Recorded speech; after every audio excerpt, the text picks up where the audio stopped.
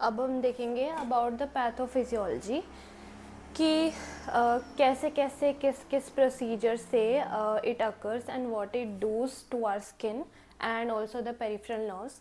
सो सबसे पहले मैंने आपको बताया कि ये किसी के एरोसोल्स से, नोज से अगर किसी के एरोसोल्स आएंगे उनसे, या फिर ब्रोकन स्किन लीजन से bacilli can enter to any normal individual.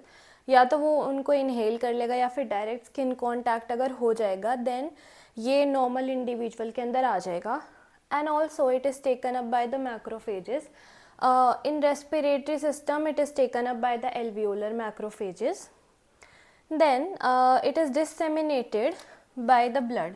डिससेमिनेटेड मतलब कि ये ट्रांसमिशन कैसे होता है इसका बॉडी के अंदर, कैसे कैसे डिफरेंट पार्ट्स के अंदर ये जाता है in the body.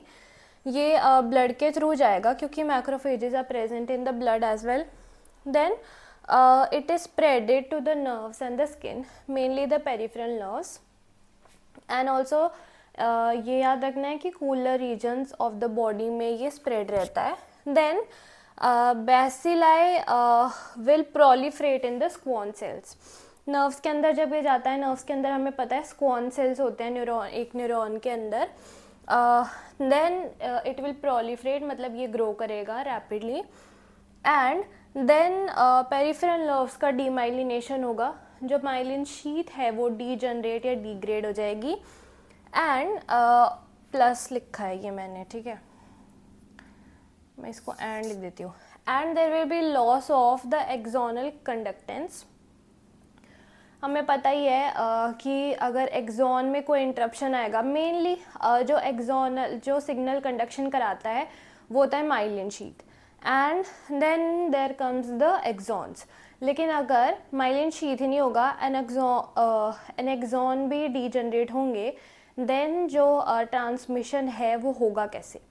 Then it also leads to the कि जो नर्व के जो जो फंक्शन होते हैं, sensory, cortical and deep functions, sensations जो जो होती हैं, ये तीनों टाइप की सेंसेशन हो सकती है डिमिनिश्ड। देन जो मोटर फंक्शन होते हैं, मोटर सप्लाई करती है कोई नर्व किसी भी, suppose the hands, then it can paralyse and और it can create any type of deformity. And also ये उन लोगों में ज़्यादातर पाया जाता है, मैंने आपको बताया था, जिनमें इम्यूनिटी कम रहती है।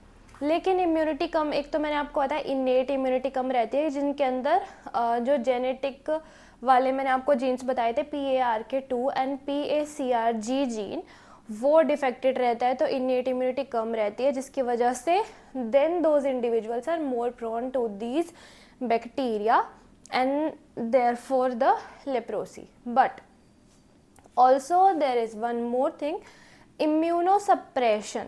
इम्यूनोसप्रेशन मतलब जब इम्यूनिटी सप्रेस हो जाती है किसी ना किसी चीज़ की वजह से। सपोज इम्यूनो कॉम्प्रोमाइज पेशेंट्स जैसे होते हैं, मेनली डायबिटीज़ के पेशेंट होते हैं, HIV इन्फेक्शन वाले होते हैं, या फिर किसी ने अर्थराइटिस, रूमेटॉइड अर्थराइटिस सबने सुना होगा, उसके लिए कोई भी एंटीबॉडीज़ या इंजेक्शन ले रखा है रूमेटोलॉजिकल एंटीबॉडीज़ का। एंड इन लोगों के अंदर इम्यूनो सप्रेशन देखने को मिलता है and they are more prone to such type of diseases if they are expose to these bacilli M. leprae and Mycobacterium leprae and Mycobacterium lepromatosis. And also chemotherapy जो patients लेते हैं, mainly cancer patients, they are also immuno compromised.